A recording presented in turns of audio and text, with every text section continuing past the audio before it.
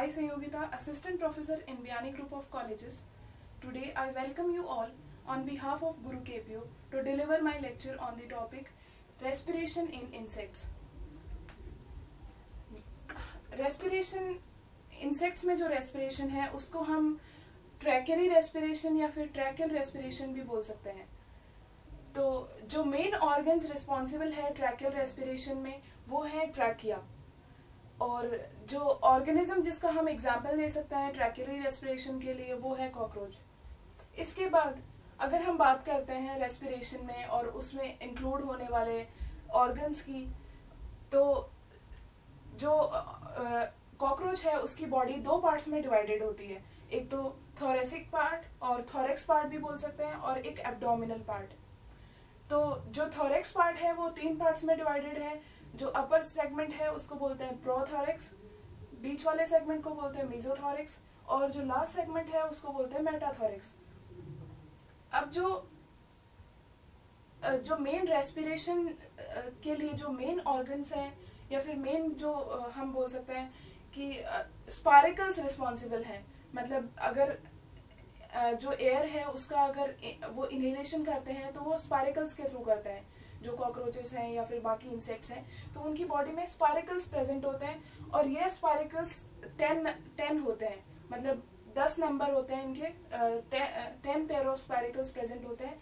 तो जो 2 पेयर हैं वो तो थोरेक्स पार्ट में प्रेजेंट होते हैं, और जो 8 पेयर हैं वो एब्डोमिनल पार्ट में प्रेजेंट होते हैं।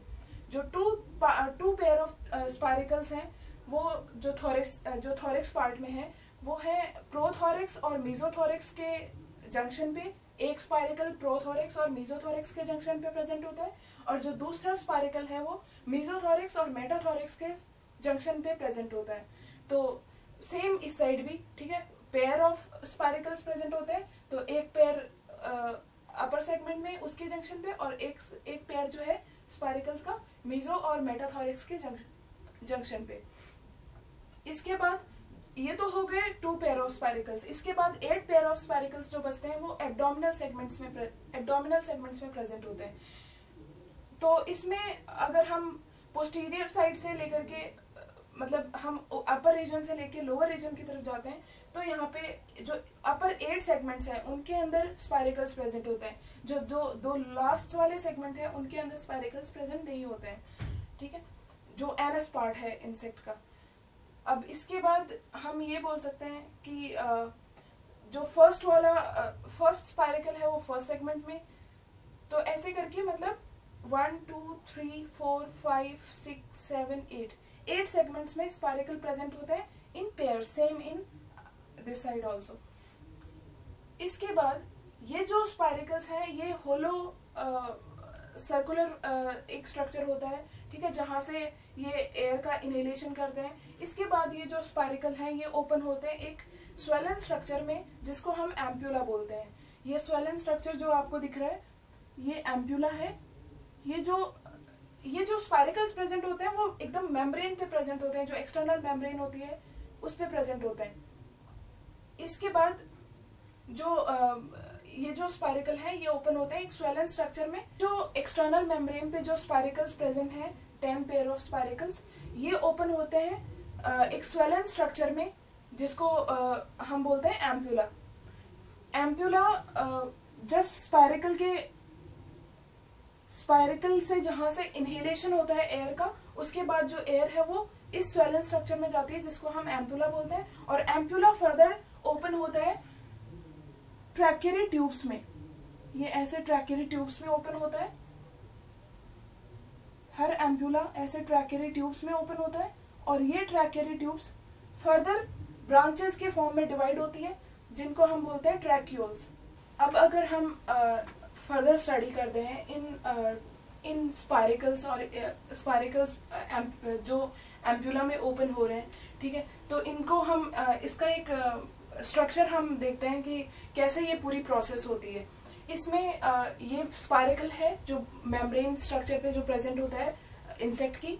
तो ये स्पाइरकल ओपन होता है एम्प्यूला में। एम्प्यूला एक स्वेलन स्ट्रक्चर है, और इसके बाद एम्प्यूला डायरेक्टली ओपन होता है ट्रैकेरी ट्यूब में। ट्रैकेरी ट्यूब में एक स्ट्रिंग लाइक स्ट्रक्चर प्रेजेंट होती है। इस स्प्रिंग लाइक स्ट्रक्चर ये काइटिन की बनी होती है, तो काइटिनस स्ट्रक्चर होती है जो ट्रैकेरी ट्यूब्स हैं उनको आपस में मतलब स्क्वीज होने से बचाती है या फिर चिपकने से बचाती है, इनको मतलब ओपन रखती है। ये स्ट्रिंग लाइक स्ट्रक्चर है, इसको हम इंटिमा बोलते हैं। ये काइटिन की बनी होती है और इसके बाद ये ट्रैकेरी ट्यूब्स ओपन होती है फर्दर ट्रैक्यूल्स में, क्योंकि ये ब्रांचिंग स्ट्रक्चर है जो डिफरेंट टिश्यूज तक पहुंचता है, डिफरेंट सेल्स तक पहुंचता है बॉडी के। तो ये जो ट्रैकेरी ट्यूब्स है ये फर्दर ओपन होती है या फर्दर डिवाइड होती है ट्रैक्यूल्स में, और ट्रैक्यूल्स जो है वो जो है टिश्यूज तक पहुंचती हैं, सेल्स तक पहुंचते हैं, और वहां से डिफ्यूजन की प्रोसेस के थ्रू इनमें कार्बन डाइऑक्साइड और ऑक्सीजन का ऑस्मो रेगुलेशन होता है। ठीक है, जैसे टिश्यूज के अगर वहाँ पे टिश्यूज में CO2 की अमाउंट ज़्यादा है, CO2 ज़्यादा प्रेजेंट है, तो by the process of osmo regulation और डिफ्यूजन ये इसमें ट्रैक्यूल्स में आते हैं CO2, और फिर इसके बाद बॉडी इनको जो ये ट्रैकियाज है इनको डिफ्यूज करती है इन द एक्सटर्नल एनवायरनमेंट। और जो सेम प्रोसेस है, मतलब ऑक्सीजन जो एयर जो स्पाइरिकल्स के थ्रू एंटर हुई है वो पहुंचती है ट्रैकिया में, और ट्रैकिया के बाद वो ट्रैक्यूल्स में पहुंचती है, और ट्रैक्यूल्स जो है वो जो बॉडी टिश्यूज हैं, बॉडी सेल्स हैं, वहां तक ऑक्सीजन को सेंड करते हैं, ऑक्सीजन को पहुंचाते हैं। इसके बाद ये जो ट्रैक्यूलर ट्रंक है, ट्रैक्यूलर ट्रंक ये वाली ट्रंक है जो मेन कैनाल है जो सारे ट्रैकेरी ट्यूब्स को ज्वाइन करती है, मतलब सारे ट्रैकेरी ट्यूब्स को आपस में कनेक्ट करती है। ठीक है, तो ये ट्रैक्यूलर ट्रंक है जो मेन ट्रंक है, पूरी बॉडी में ट्रैक्यूलर ट्रंक प्रेजेंट होती है और सेम दोनों साइड प्रेजेंट होती है। ये ट्रैक्यूलर ट्रंक इधर लेफ्ट साइड में और ये राइट साइड में, ये ट्रैक्यूलर ट्रंक है। और दो ट्रैक्यूलर ट्रंक जो इस साइड और इस साइड जो ट्रैक्यूलर ट्रंक प्रेजेंट है जो आपस में ट्रैकेरी ट्यूब्स को कनेक्ट कर रही है, वो आपस में कनेक्ट रहती है ऐसे कैनाल टाइप स्ट्रक्चर से। अब जो नेक्स्ट प्रोसेस है वो ये है कि ये रेस्पिरेशन कैसे होता है इंसेक्ट की बॉडी में, कैसे मतलब कैसे वर्क करता है। तो इसमें टर्बोस्टर्नल मसल्स का बहुत इंपॉर्टेंट रोल है। इसमें क्या होता है कि दो टाइप की प्रोसेसेस होती है, दो टाइप का रेस्पिरेशन होता है इंसेक्ट्स में। तो एक होता है inhalation and exhalation process, inhalation और एक्सहेलेशन प्रोसेस के द्वारा रेस्पिरेशन। तो इनहेलेशन और एक्सहेलेशन में क्या होता है कि टर्बोस्टर्नल मसल्स जो है वो जब जो इंसेक्ट है स्पाइरिकल्स के थ्रू जब बॉडी में एयर जब अंदर एंटर करती है तो इनहेलेशन होता है। इनहेलेशन के टाइम पे जो प्रेशर जो वॉल्यूम होता है एयर का वो इंक्रीज होता है। इनहेलेशन, एक तो इनहेलेशन की प्रोसेस होती है और इनहेलेशन में जो है वॉल्यूम जो है एयर का वो इंक्रीज होता है, और जो प्रेशर है, प्रेशर जो है वो डिक्रीज होता है। क्योंकि इनहेलेशन होगा तो जो इनहेलेशन के टाइम पे वॉल्यूम जो है एयर का वो इंक्रीज होता है, मतलब एयर बढ़ जाती है बॉडी के अंदर, और जो प्रेशर होता है वो डिक्रीज हो जाता है, और टर्बोस्टर्नल मसल्स जो है वो एक्सपैंड हो जाते हैं। और उसके बाद जब रिलैक्सेशन की प्रोसेस होती है, मतलब जब एक्सहेलेशन की प्रोसेस होती है, एक्सहेलेशन के टाइम पे जो वॉल्यूम है एयर का वो डिक्रीज हो जाएगा और प्रेशर इंक्रीज हो जाएगा, प्रेशर इंक्रीज हो जाएगा। ये सेम ऐसे है जैसे ह्यूमन बीइंग्स में होता है कि अगर हम इनहेल कर रहे हैं तो हमारे बॉडी के अंदर जो एयर है वो उसका वॉल्यूम बढ़ रहा है, मतलब उसका वॉल्यूम बढ़ रहा है तो ऑब्वियसली प्रेशर डिक्रीज होगा, दोनों आपस में ऑल्टरनेट है, मतलब अगर वॉल्यूम बढ़ेगा तो प्रेशर डिक्रीज होगा। ठीक है, और इसमें एक्सहेलेशन के टाइम पे क्या होता है कि वॉल्यूम जो है डिक्रीज होगा, एयर का वॉल्यूम डिक्रीज होगा और प्रेशर इंक्रीज होगा। और जो टर्बोस्टर्नल मसल्स हैं वो इनहेलेशन के टाइम पे वो कॉन्ट्रैक्ट होंगे, सॉरी इनहेलेशन के टाइम पे वो रिलैक्स होंगे और जब एक्सहेलेशन होगा तो वो कॉन्ट्रैक्ट होंगे। मतलब टर्बोस्टर्नल मसल्स जो है वो जब एक्सहेलेशन होगा तो एकदम कॉन्ट्रैक्ट हो जाएंगे और इनहेलेशन होगा तो रिलैक्स हो जाएंगे। ये प्रोसेस होती है। तो इस प्रोसेस के द्वारा जो रेस्पिरेशन होता है इसमें क्या होता है कि हम बोल सकते हैं कि जो रेस्पिरेशन हो रहा है इंसेक्ट की बॉडी में वो इनहेलेशन और एक्सहेलेशन की प्रोसेस के द्वारा होता है, और इसमें टर्बोस्टर्नल मसल्स का बहुत इंपॉर्टेंट रोल है।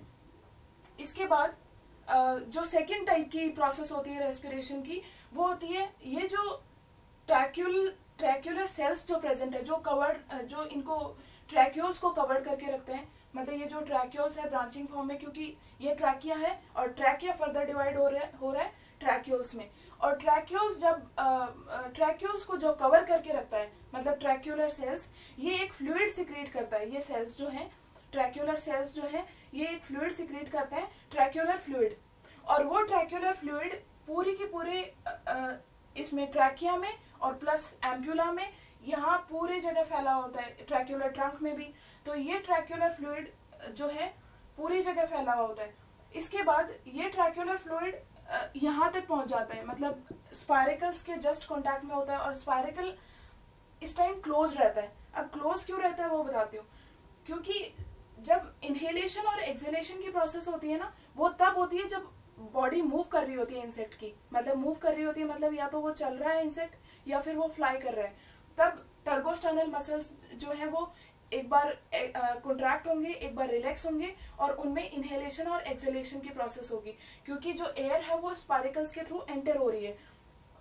लेकिन जब बॉडी रिलैक्स कर रही हो, मतलब जब जो इंसेक्ट है वो सिटिंग पोजीशन में हो, या फिर जो इंसेक्ट है वो रिलैक्सिंग पोजीशन में हो, मूव नहीं कर रहा हो, तब जो है ये ट्रैक्यूलर सेल्स का काम होता है रेस्पिरेशन का। क्योंकि उस टाइम एयर तो एंटर नहीं करती स्पाइरेकल से, स्पाइरेकल्स क्लोज रहते हैं तो एंटर नहीं करती। तो ये चीज मैंने आपको पहले नहीं बताई थी। मतलब इसमें क्या होता है कि जो स्पाइरेकल्स हैं 10 नंबर में, जो स्पाइरेकल्स हैं मतलब थोरैक्स पार्ट में और एब्डोमिनल पार्ट में, तो उसमें जो थोरैक्स पार्ट का जो फर्स्ट स्पाइरेकल है और एब्डोमिनल पार्ट का जो फर्स्ट स्पाइरेकल है, ये दोनों हमेशा ओपन रहते हैं।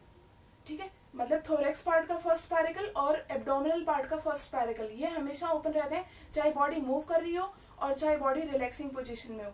लेकिन जो बाकी स्पाइरेकल्स होते हैं वो जब इंसेक्ट बैठा हुआ होता है या फिर इंसेक्ट मूव नहीं करता है, उस टाइम ये स्पाइरेकल्स क्लोज हो जाते हैं।